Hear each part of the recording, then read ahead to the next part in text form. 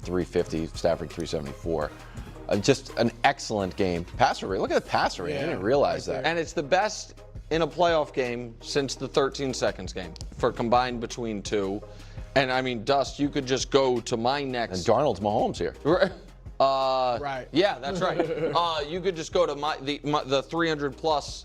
So that's Stafford yesterday, third quarterback ever with 350, 3 touchdowns, no turnovers, and a playoff loss. And as far as 300 passing yards, 3 touchdowns, 0 turnovers in the history of the NFL for both quarterbacks to do it, it's those 2 games. And to be clear, though, Patrick Mahomes needed overtime to do it, whereas Stafford and Darnold didn't, and Allen didn't. Just so we're clear. Listen, Brew, just saying. Darnold doing, and I wanted to show those because I don't think it's fair to frame it as if Stafford came up short. I don't think he did. I thought Stafford played great, and this is, I guess, the other side of quarterback wins, quarterback losses. Like I think Matt Stafford was exceptional in that game, and Darnold was better. And that to me is like I can't believe I'm saying those words. I can't believe that Sam Darnold outplayed Matt Stafford in the NFC Championship game. And it's not because Stafford just had a dog of a game. You know what I mean? Stafford had 3 picks. The Seahawks defense got to him, and Darnold outplayed him by just playing a clean game. No, it was like throw for throw, possession for possession. I'm going to outduel you. Yeah. I did not think that was on the board of possible outcomes. And it does make you wonder, Brew, how many quarterbacks that we have just said and that are long gone from the NFL were just busts, were just ruined by their drafting franchise and never got this type of shot at reinvention. Because Sam Darnold was as clear-cut to me as doesn't have it, was, Collins believed in him forever. Nobody else did. And you watch him last night and it's like, this guy can do basically everything. Yeah. It's unbelievable. And so credit to him, man. It's a career reinvention. I agree. I didn't think him outplaying Stafford or even playing equal to Stafford was on the board. Now, I picked Seattle, so I thought they would win.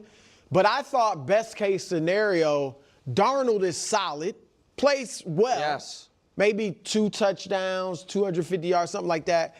And the defense of Seattle, maybe special teams, which did play a factor for the Rams, messes up, and Seattle wins. I felt confident they would win, but I did not think he could outplay Stafford. And some might say, well, it was really a draw, because I agree, Stafford was excellent. You can't fault him at all, except here's the difference. And this is where Darnold outplayed him on 3rd and 4th down. Darnold 6 for 9, 102 yards. Stafford 0 for 7. That's the first game in Stafford's career, which is what, 17 years, something like that, that he has not completed a pass on 3rd or 4th down. I didn't. Yeah. It's so funny. We're so obsessed with this whole outdoing nature. And this is where I get to show you what true unbiased takes look like. This is where I get to show you what it actually means to be unbiased, grounded, and consistent. Because as someone throughout the course of this entire season, week after week, day after day, game after game, video after video, had to pull down Matthew Stafford a little bit because people were sending him to the moon. And I had to elevate Sam Darnold. People wanted to drag him into the sewers. And so many people would be like, you're a Stafford hater. You're biased for Sam Darnold, etc., etc., etc. And I kept saying, no, I'm not, no, I'm not, no, I'm not, no, I'm not. And if I was actually biased, and if I was actually a hater, and if I was actually inconsistent, this is the most perfect example for me to say Sam Darnold outplayed Matthew Stafford. That's why the Seahawks won. Be the perfect time for me to do that. They're in a way saying that, like, straight up he's saying, I don't blame Matthew Stafford, but Sam Darnold outplayed him. That's what Bruce is saying essentially, and that's what Nick's saying essentially. It's not what I'm saying. The Seahawks outplayed the Los Angeles Rams. Both quarterbacks were unbelievable. Both quarterbacks were awesome. You can't ask for anything more from either quarterback, just the way it goes. And both teams made a terrible, devastating mistake that neutralized it, the muffed punt and the 15-yard penalty. Now, you could say that Stafford would have one less touchdown and 30 less yards, I guess, or, whatever it was. If it wasn't for that penalty, okay, that would be, that's a real thing that could have happened. And so you'd have to kind of look at the game maybe through that lens, but regardless, because you could say the same thing, though, without the muff punt. Been harder for Sam to get that touchdown pass as well, even though it was a beautiful play, beautiful throw, beautiful catch, just as it was for, I think it was Devin. No, that was the Pukanua catch. Beautiful throw, beautiful catch, beautiful play, right? And so that's why I think they both kind of equal each other out. And so both quarterbacks played awesome. Both quarterbacks bottled. I'm not looking at this, if only so-and-so did so-and-so. This was simply the Seahawks just executing at a higher level.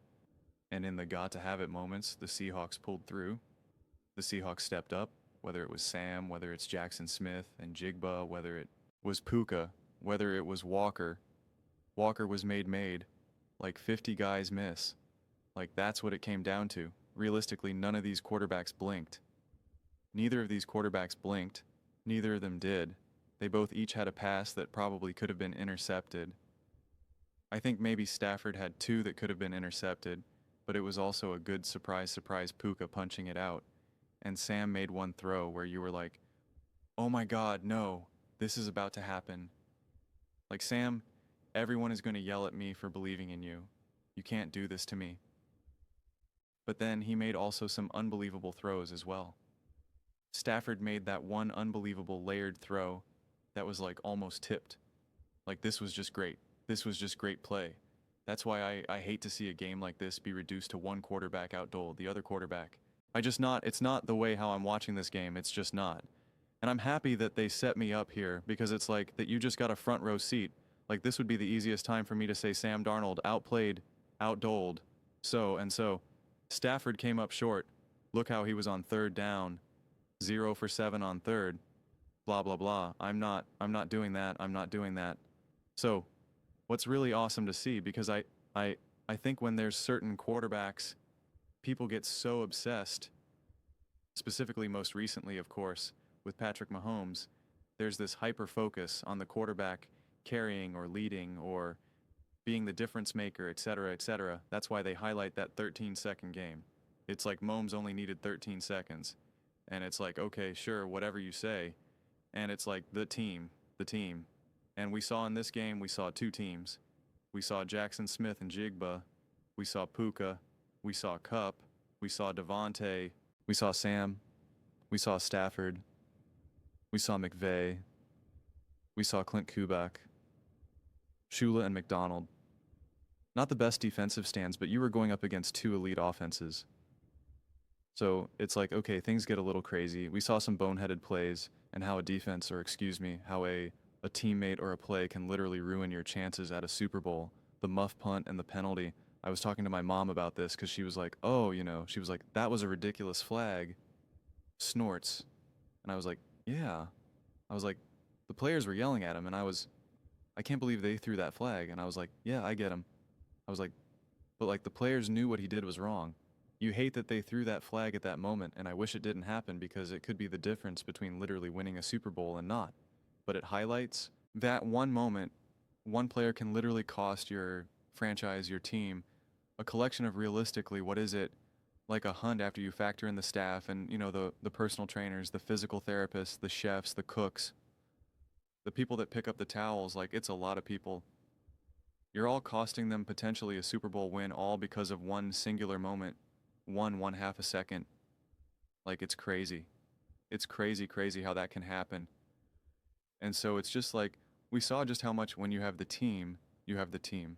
When you have the team, you have the team. And it puts you in a front row seat as to why a team like the Bills have come up short, like why the Ravens have come up short, why the Rams have gotten this far, why the Eagles won the Super Bowl last year, did not win the Super Bowl this year. Like, sometimes it's just you get that front row seat and you get a perfect example of like, here you go. That this is what it's like for everyone to rise to the occasion. This is what it's like to see a complete team execute at the highest level. And you can also get a glimpse of like And all it does is take one mistake, one mishap for it to all collapse. All collapse. And now you're just like, how did we just end up here? How? Like, how did this just happen? And instead you're like, woo, how did this just happen? Let's go. So, pretty wild stuff. Pretty awesome, pretty exciting. I just think Sam Darnold's story is just unbelievable, so inspiring, so incredible. I just think it's amazing. I really, really do what he's had to overcome, and not even just what he's had to personally overcome, but when you just think of the noise and the external voices of just being like, he's not good, he's not good, he's not good, he can't handle the moment, he's trash, he's this, he's that. It's Justin Jefferson, it's Jackson Smith and Jingba, it's Kevin O'Connell, it's the defense, it's Clint Cub, and they just go again. He gets all of that noise thrown at him, and he is now going to the Super Bowl with the Seattle Seahawks, set to take on the New England Patriots. Unbelievable. Unbelievable. So exciting. Shout out to the Seattle Seahawks fan base. You guys deserve this one without a shadow of a doubt. Excited to see what happens over these next couple of weeks, and of course Sunday in the Super Bowl. But yeah, man. People keep talking about, and Nick just talked about this, about the Patriots, where he's like, you know, the Patriots with Drake May and Rabble and whatnot, like they are going to be a top team for years. He said, you know, as long as Rail and Drake May are there you go. And it's just like, there's no reason why you can't say the same thing about the Seattle Seahawks. The biggest thing is you're going to lose Clint Kubak. And that is going to hurt. That is going to hurt. You know what? I trust the Seattle Seahawks to make the right decisions. Just saying. But those are just my thoughts. I'd absolutely love to hear yours. What do you guys all think about the Seattle Seahawks making the Super Bowl? Sam Darnold, Matthew Stafford putting on a show. An absolute show. Let me know your thoughts. I read every single comment, so whether you agree with me or disagree with me, either way, let's get in some discussions. Let's get into some fights, but ultimately, let's just have some fun. And please do consider subscribing. We're building an amazing community here and absolutely love to see you part of it. I want to build something that we all generally feel connected to, something that we're really excited to be part of. I think we're well on our way to doing it. Please don't forget to give this video a thumbs up, as it really does help the visibility and the algorithm. Thank you so much. See you next time. T-Game.